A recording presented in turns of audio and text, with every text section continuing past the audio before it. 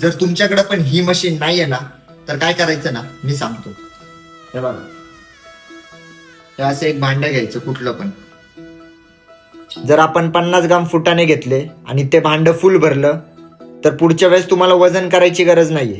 त्याच भांड्यात फुटाणे घ्यायचेत, त्याचं वजन 50 ग्रामच असणार आहे. हे जे मी घेतलंय हे आहे 50 ग्राम ओट्स. ह्याच्यासाठी मी ही वाटी घेतली. तर ही वाटी फुल भरली तेव्हा हे 50 ग्राम आहे. तर मला दरवेळेस याला मेजर करायची गरज नाहीये. जर मी ही वाटी घेऊन त्यात ओट्स भरले तर हे 50 ग्रामच असणार आहे.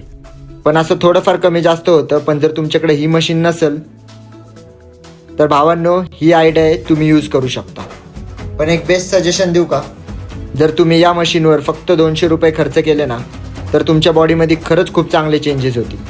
आणि जर हे नसेल घ्यायचं तुम्हाला तर बेस्ट आयडिया आहे ही वाली. असं तुम्ही कुठलं पण फूड तुमचं मेजर करू शकता.